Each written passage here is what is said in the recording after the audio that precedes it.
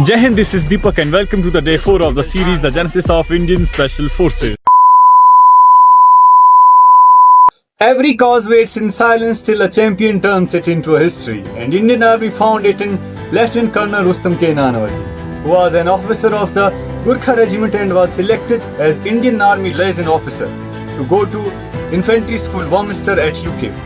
This posting offered him a chance to interact with British forces at professional level and draw back lessons that would be used to benefit the forces back then. Colonel Nanavati was trying to get better understanding of how SS worked and operated. He was not allowed to visit SS headquarters at Hertford. He was also restricted by British government from visiting some areas of the Northern Ireland because it was still reeling from the terrorism, and a foreign officer being sent home as a casualty would be deeply embarrassing for the British authority. But after receiving several requests from the Lieutenant Colonel K. Nanavati, he was allowed to visit the headquarters of the Director of SAS at Duke.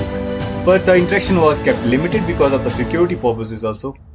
So on 22nd April 1985, he arrived at the headquarters of the DSAS to discuss the several issues, which are like role of the director, selection and training of the personnel, the career structure of the officers and the soldiers, command and control, and assistance to foreign government.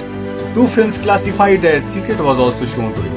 One discusses about various individual skills that SS possesses, and another discusses about various methods to counter the hostage situations that the SS was practicing in those days. Impressed with what was presented to Lieutenant Colonel Nanavati, he wrote a 5-page report back to Army headquarters. In this report sparked off a churning at New Delhi, and they finally began to appreciate that there was more to special forces than the commandos that are already available in the 9, 10 and 1 para commando battalion. Now enters our next hero, Lieutenant General Bipin Joshi, who was then posted as ADG of the Perspective Planning Directorate. After convincing the Army headquarters, General Joshi formed a 3-man committee.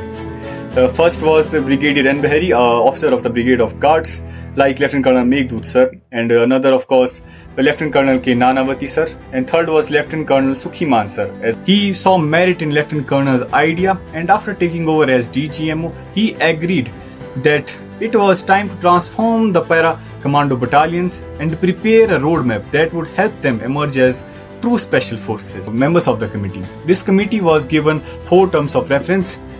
First is organization, second is employment, third is manpower, and fourth is equipment.